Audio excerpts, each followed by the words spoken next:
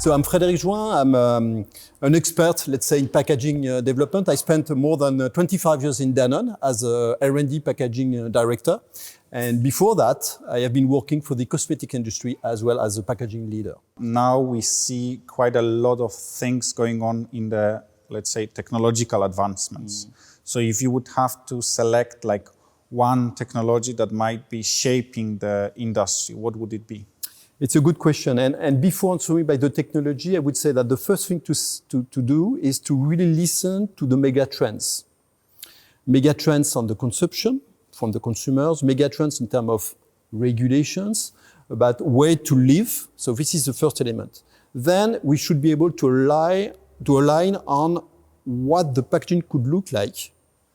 And then we will talk about the technology. If I take an example, we have seen for several years the rise of reusable, refillable packaging. If at the end, maybe the 1 or 2%, which is today the reusable and refillable packaging, move in 10 years to 30%, it's going to change radically the technology that we're going to use. And the same for e-commerce. It's booming right now, more than 10% a year, but its the growth continue to be the same. Then it will change completely our approach to packaging.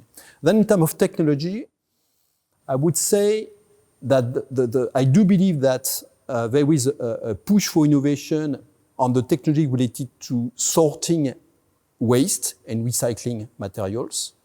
Already seen, but it's really accelerating. The second one, which is a massive one, I saw this morning in the Interpack, which is a paper-based packaging. A lot of innovation on paper-based in contact with food, and which is massive, which is super interesting. And the third one is digital.